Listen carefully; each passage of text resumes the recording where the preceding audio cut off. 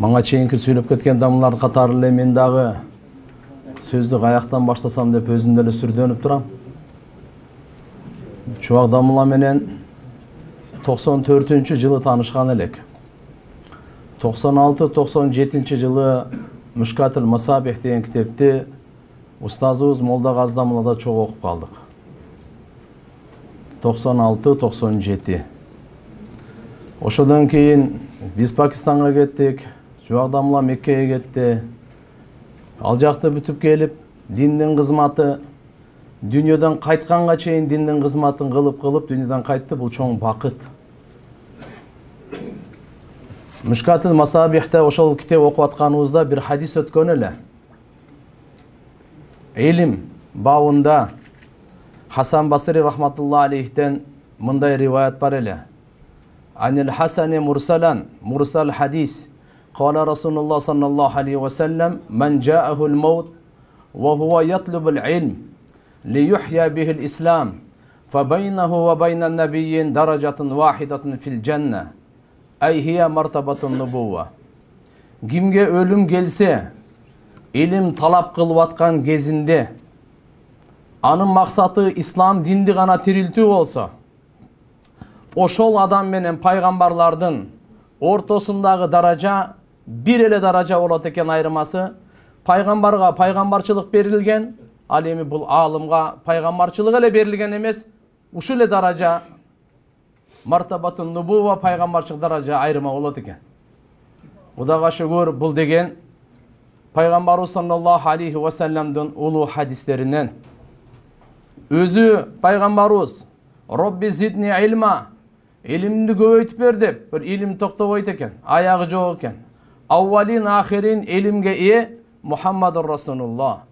Чубак дамыланын мынакей дүйнөдөн өткөнү биз азыр ал жактагы ахли илимдер, уламалар, талиб илимдерге дагы бекем түрткү диндин кызматына ихластуулук менен кылганга, дагы терең илим алып, дагы ушундай бир элге жайылтып алайлы, ушинтип эле өлөт экенбиз да дегенге чоң түрткү болду десек адашпасак керек. Абдулла ибн Мубарак рахматулла алейх, бул имам Бухари рахматулла алейхтин устазы. Бир эле күнүңүз калса өмүрүңүздө эмне кылат элеңиз дегенде, Куран хадистин таалими менен алек болот элем деген. Куран хадисти үйрөнүп, үйрөтүүгө ушуга сарптайт элемин деген. Имам Бухари рахматулла алейх 62 жыл, бул аз эле жаш салыштырмалуу.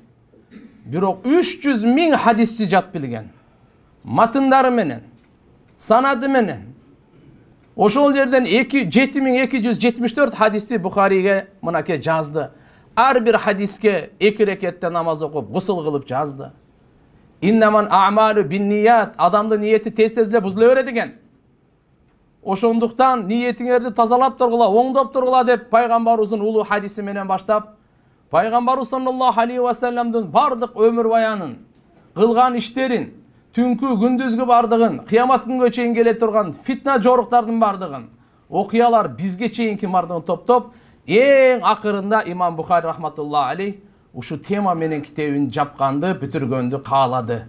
Бир баб, таржиматыл баб кайым кылып, "Ва надa'ul mawazin al-qista li yawm al-qiyama." Алла айтат, эртеге кыямат күнү биз тараза, адилеттүүлүктүн таразаларын орнотобуз. Адилеттүүлүктүн таразаларын орнотобуз. Демек, ар бир инсандын өзүнүн таразасы болот экен. Ар бир амалдын өзүнүн таразасы болот экен. Имам Бухари рахматулла алейхи айтат, "Анна а'мал бани Адам ва qawluhum yuzan." Адам баласынын амалдары, сүйлөгөн сөздөрү таразага тартылат. Кылган иштери дагы, сүйлөгөн ар бир сөзү таразага тартылат.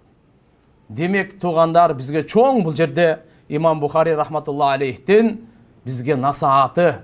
Туугандар, сүйлөсөк дагы ойлонуп, пайдалуу, Аллага жага турган, бардыгын кылган амалдарыбызды дагы ушуга аракет кылышыбыз керек экен. Дагы пайгамбарыбыздын бир хадисинен буга мындайча айтканда далил катары алып келип, Абу Хурайра радыйаллаху анхудан келтирген хадисинде пайгамбарыбыз мындай дейт: "Калиматан хабибатан илар рахман." Мээримдүү Алла Таалага өтө сүйкүмдүү эки сөз бар. Хафифатан аля лисан, тилге жеңил эле, сақилатан фил мизан. Мына ошол эртеге таразабыз бар. Ошол таразабызда эң салмактуу ал кайсы экен? Субханаллахи ва бихамдихи субханаллахил азим деп. Турмактуу туугандар, жараткан Алла субханаху ва таала чуагдамлабыздын кабырын нурлуу кылсын. Албетте, узак кечкичине мөөнөт аз-маз ылдыйөдө болот, аяштабыз отурат. Барыбыз иншаалла Алла имандан бизди ажыратпаса жолугабыз. Алла имандан ажыратпаса иншаалла көрүшөбүз. Буга чейин кимдер гана өгөт?